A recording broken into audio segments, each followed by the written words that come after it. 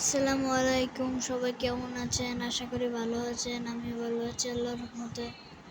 আমার আম্মু বিকালবেলা আমাদের জন্য কিভাবে নাস্তা বানায় তা আপনাদের সাথে আজকে শেয়ার করলাম। আমরা যখন বলি আমরা কিছু খাবো তখন আম্মু খুব অল্প সময়ের মধ্যে আমাদের বানিয়ে দেয়। সবাই ভালো থাকবেন, সুস্থ থাকবেন। আজকের জন্য এতটুকুই। খুদা হাফেজ।